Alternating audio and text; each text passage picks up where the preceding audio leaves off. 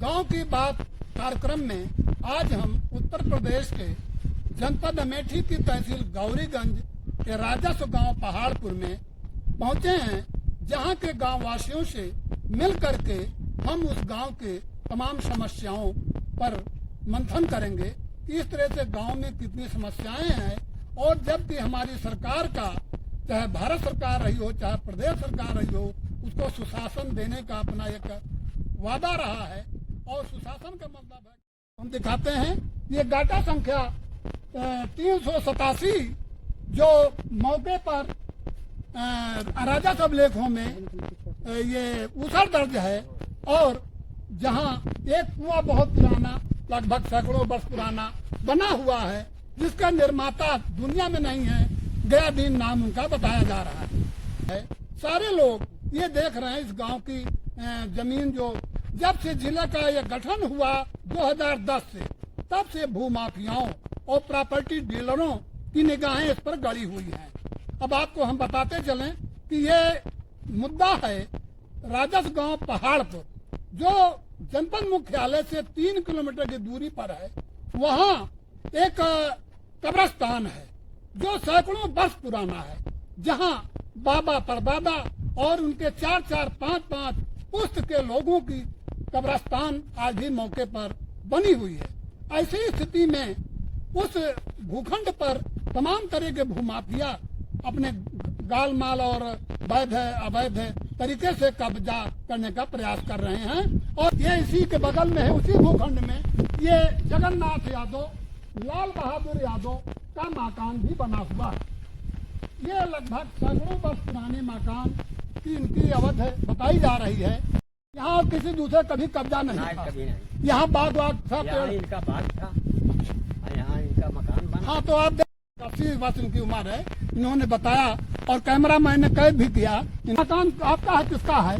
लाल बहादुर यादव का है। ये कब से बना हुआ है? सन 80 से।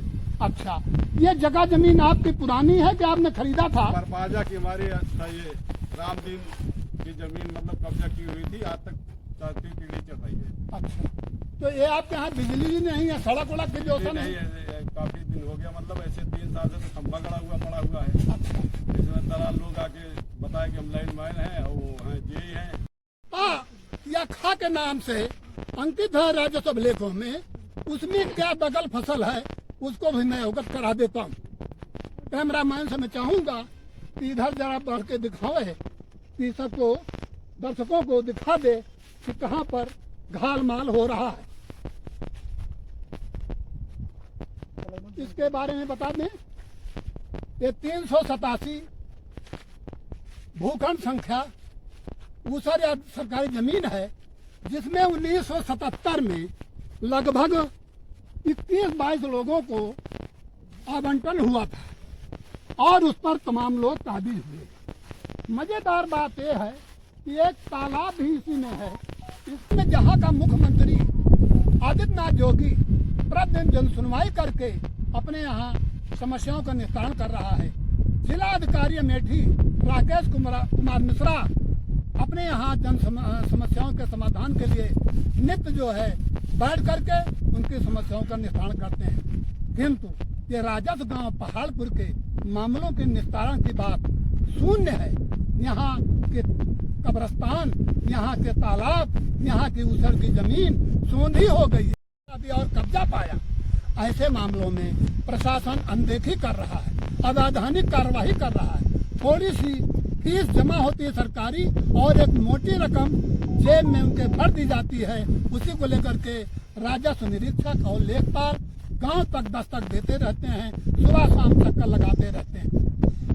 ऐसा ही मामला इस कब्रिस्तान का है, पैनामा आसमान का है और कब्जा कब्रिस्तान का है, जिसको अभी आपके सामने बयां किया गया है।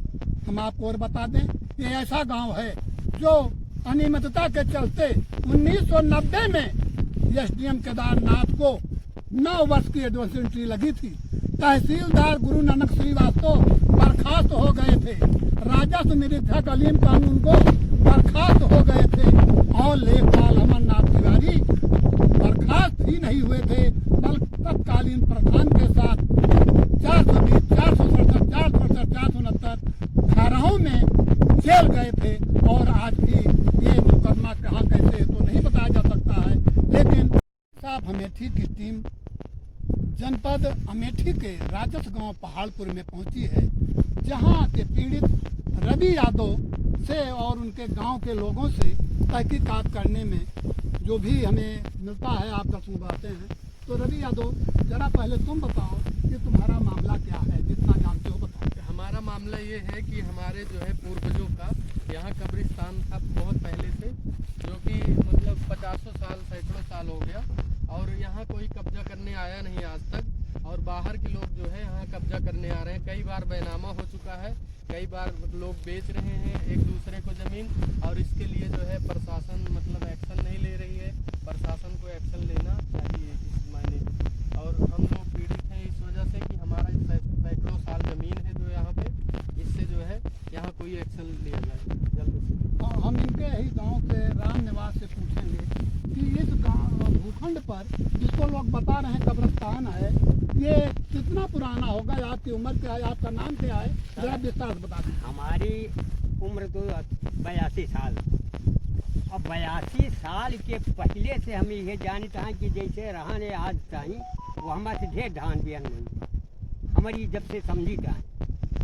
और आज तो बहुत कुछ अब रह गया है, थोड़ा बहुत वह पर आदमी कब्जा कर रहे हैं, ये हम नहीं कुछ कह सकते हैं। अच्छा, ये कब्रिस्तान इन्हीं लोगों का था? इन्हीं लोगों का। और ये जो पेड़ ओढ़ है सब इन्हीं लोगों सब का? इन्हीं लोगों का है। और पुराना पेड़ ये कितना दिन का है कोनो पता नहीं है। ये तो हम अपने बचपन से देख रहे हैं किसी तरह के पेड़ रहे हैं हमारी सोचत। अब हम चाहेंगे, देखिए एक महिला है, इनकी भी उम्र लगभग 60-70 वर्ष की है।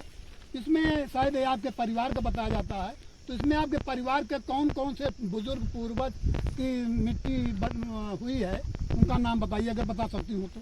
हाँ, बता सकती थे। गजाधर, रामदीन, सुखदेव, अब वो का तीनों जने का उन्हों का। और उनके पूरे परिवार गयादीन, मनीराम, साधो राम भी, हाँ। उनके भी औलादों की मिट्टी ही बनी हुई है।